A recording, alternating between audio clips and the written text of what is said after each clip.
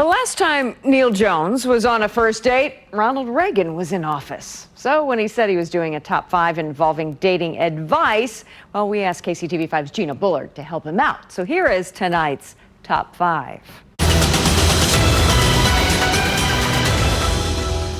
Nobody's been on more first dates than me. Because I seldom got a second date. So with the help of the glamorous and single Gina Bullard, here are the top 5 tips for men on a first date.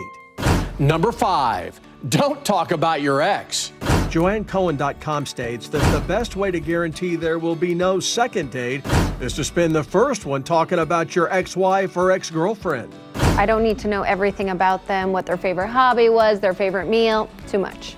Number 4, bad hygiene.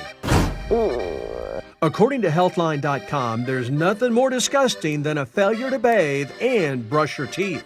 If I still have to wear my mask when I'm next to you, we have a problem. And if you want any chance at a goodnight kiss, you'd better have some breath mints. Not a mint julep. Or use a really strong aftershave. Old Spice works for me. Get out. Number 3, don't be rude. I'm naturally obnoxious, so I know all about this. And the term rude applies to a number of things, including showing up late for your date. I've done that. Staring at other women during the date.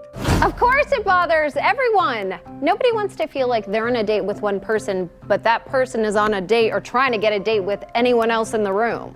But the rudest thing you can do on a date is to constantly be checking your phone.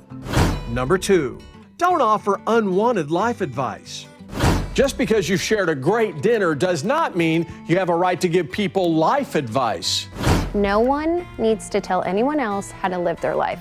The folks at eHarmony.com, yes, I always read eHarmony, they say that it comes off as patronizing. It just grinds on my nerves. Not okay.